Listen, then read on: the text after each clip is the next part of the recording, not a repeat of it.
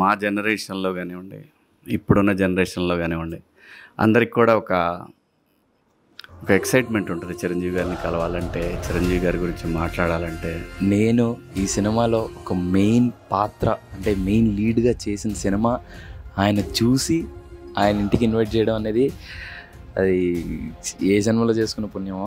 ఈరోజు ఆయన ఇంటికి వెళ్ళి ఆయన కలుస్తున్నాను చిరంజీవి గారిని. అసలు ఆయన ఇంటికి వెళ్ళాలంటేనే అదృష్టం ఉండాలి. అలాంటిది పిలిచినందుకు నాకు చాలా హ్యాపీగా ఉందని నేను చెప్పలేను మాటల్లో. సినిమా చూసి ఆయన కాల్ చేసేవాళ్ళు, ఏ ఆర్టిస్ట్కైనా బాగుంది నచ్చింది అని అంటే కాల్ చేసేవాళ్ళు. అలాంటి ఒక రోజు కోసం చాలా సంవత్సరాల నుంచి వెయిట్ చేస్తున్నాను. సో ఆ రోజు ఈరోజు వచ్చేసింది. అది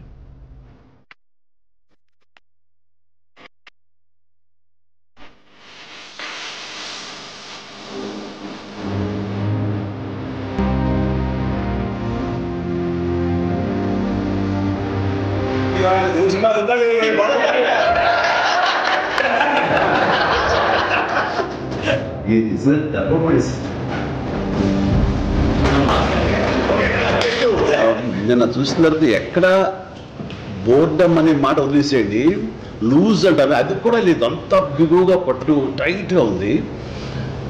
ఏంటి నువ్వు ఉన్నావు కదా, ఏదైనా ఎంటర్టైన్మెంట్ కామెడీ ఉంటుందని ఎక్స్పెక్ట్ చేశారు, లేకపోవడం అడ్వాంటేజ్గా ఫీల్ అవుతాను. ఆ ఆలోచన రాలేదు ప్రియదర్శి ఉండి. అంత టైట్గా తీసుకుంటూ వెళ్ళారు. ఆ సిలిండర్ ఇంకా సీనియర్ ఈయనే ప్రధాన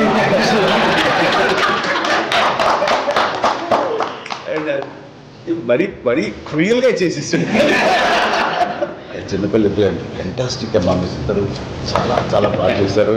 క్యారెక్టర్ అర్థం చేయటం కానీ ఆ షెడ్యూల్డ్వి ఎక్కడ ఓవర్గా చేయకుండా అది లోపల ఎంత మదన పడతారో కళ్ళల్లో కుట్రలు నించుగా చిన్న చీర కళల్లో అది కనబడుతుంటే మనకి చాలా గుండె పిండేస్తున్నాం. అంత బాగా చేశాడు, ఎక్కడ ఓవర్ చేయలేదు. పురతరంగా మాసిగా చేశారు బాగా చేశారు. ఒక విలేజ్ అండ్ ఆ టైప్ ఆఫ్ అమ్మాయి ఎలా రియాక్ట్ అవుతారో ఆ ఏజ్ అలాగే రియాక్ట్ అయ్యింది చక్కగా. అది టోటల్గా అందరూ ఈ అద్భుతం. కేవలం ఏదో ఎంటర్టైన్మెంట్ సినిమా కాకుండా ఎడ్యుకేటివ్ ఫిల్మ్గా, ఎడ్యుకేటివ్ కోర్ట్ డ్రామా ఫిల్మ్గానే అనుకుంటాను.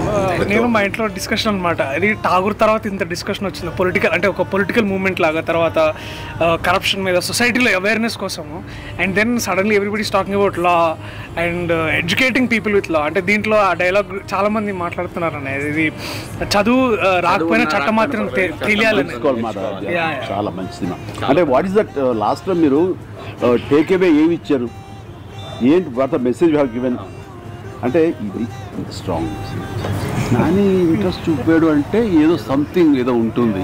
ఇంకో మాట కూడా ఇది కనుక బాగాలేకపోతే నా హిట్ 3 చూడొద్దని కనిపిస్తుంది.